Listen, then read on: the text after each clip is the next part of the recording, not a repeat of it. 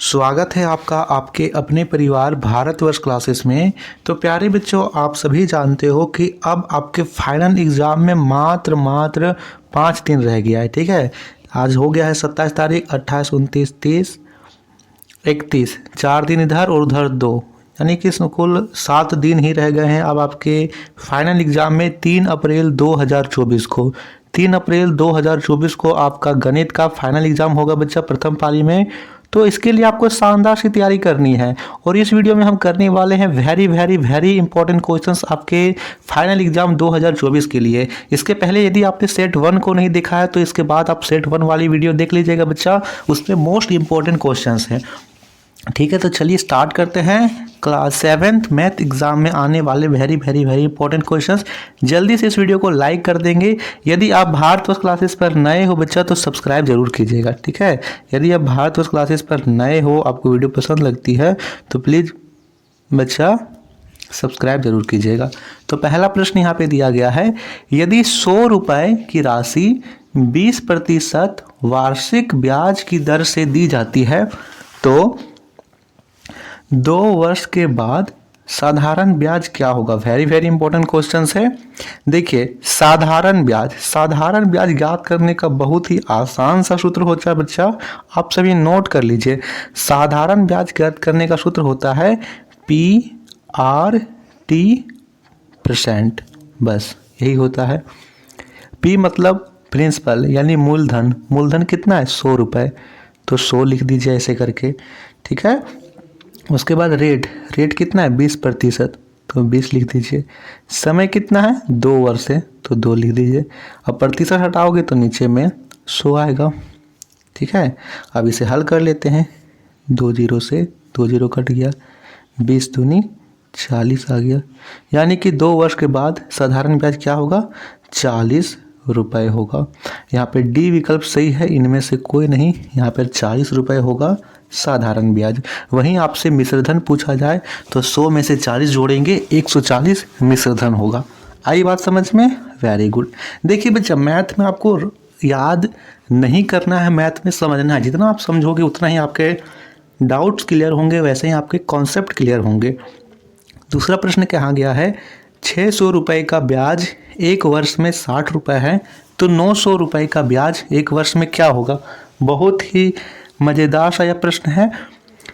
600 रुपये का ब्याज 1 वर्ष में 60 रुपये है, तो यहाँ पर आप देखिए, यहाँ पर 600 रुपये है, उसका ब्याज कितना है 60 रुपये है, तो यहाँ पर हमें समय निकाल लेना है और उतना ही समय यहाँ पर 1 वर्ष का ब्याज 60 रुपये, यहाँ पर हमें दर निकाल लेना है। दर क्या है, तो हम वही सूत्र लगाएंगे। 600 रुपये है और रेट हमें पता नहीं है और समय है 1 वर्ष, बट्टा 100 कर देंगे, हो जाएगा। यहाँ से बिल्कुल हो जाएगा सर। 0 से 0 कट गया, 0 से 0 कट गया। ठीक है, 1 की गुना 6 से करेंगे तो होगा 6। अब हमें पता है यहाँ पर कि समय यहाँ पर आ गया है,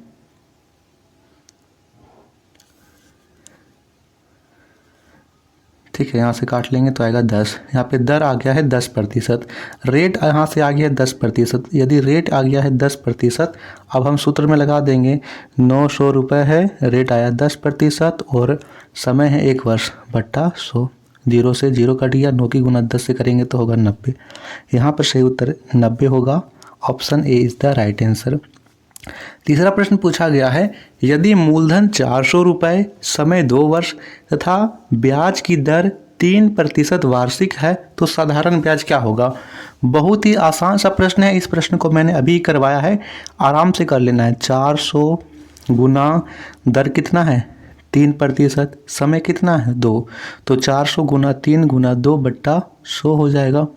2 जीरो से 2 जीरो कट गया। अब इसको कर लीजिए, 4 तिया 12, 12 दूनी 24, 24 रुपये यहाँ पर साधारण ब्याज होगा। वहीं आपसे मिश्रधन पूछता तो आप यहाँ पर 400 रुपये में 24 जोड़ लेते, 424 रुपये आपका यहाँ पर मिश्रधन आ जाता।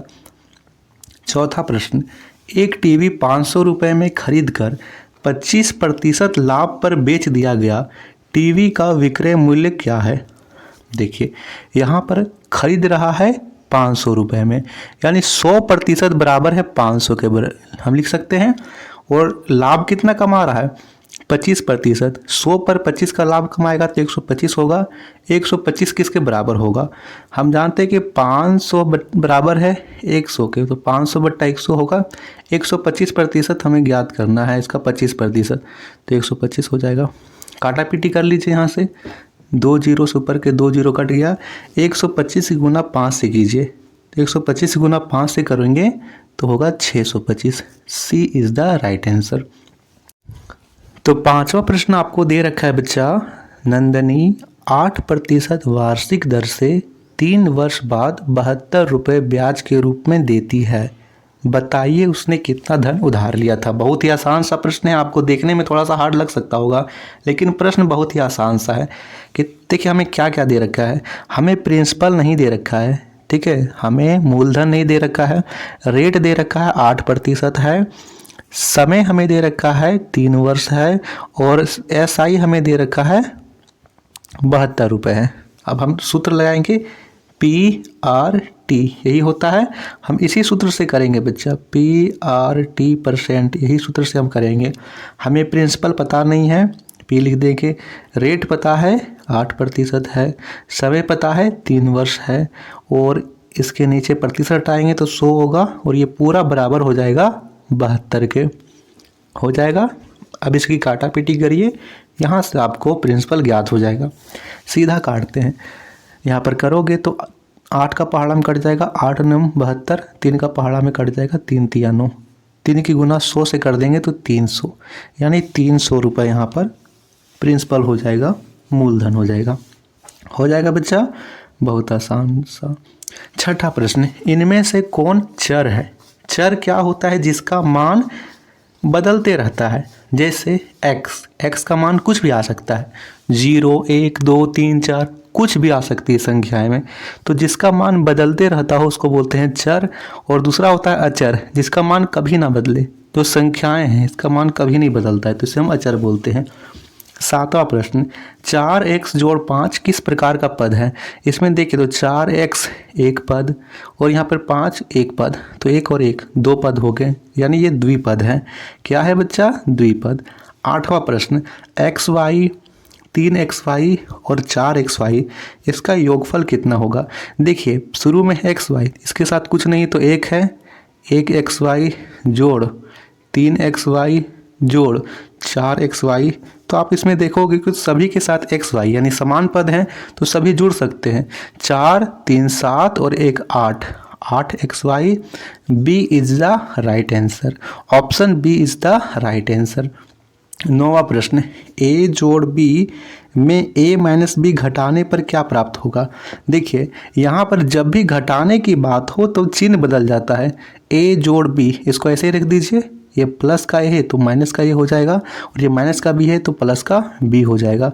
अब इसकी काटा पीटी करिए और आप उत्तर बताइए क्या होगा। तो देखिए माइनस का a प्लस का a कट गया, a और a यहाँ b और यहाँ b, 2b हो गया, तो 2b, option B is the right answer. चलिए अगला प्रश्न दे रखा है, यदि a बराबर 1 b बराबर 5 हो तो निम्न का मान ज्ञात कीजिए। 5a जोड़ 6b, 5 का 5 लिखिए, a का मान 1 रखेंगे तो गुना 1 होगा, प्लस 6 का 6 लिखिए और b का मान 5 रखेंगे तो गुना 5 हो जाएगा। 5 एकम 5 और 6 बचे 30, 30 और 5 को जोड़ेंगे तो आएगा 35, option C is the right answer. तो ये बच्चा यह था very very very important questions, आपके फाइनल एग्जाम 3 अप्रैल में आने वाले क्वेश्चंस मोस्ट इंपॉर्टेंट है बच्चा।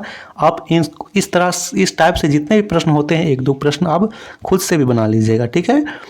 तो चलिए इस वीडियो में इतना ही। सेट 3 आपको जल्दी ही गणित की सेट 3 मिलेगी, उसे भी आप शानदार तरीके से देख लीजिएगा। धन्यवाद।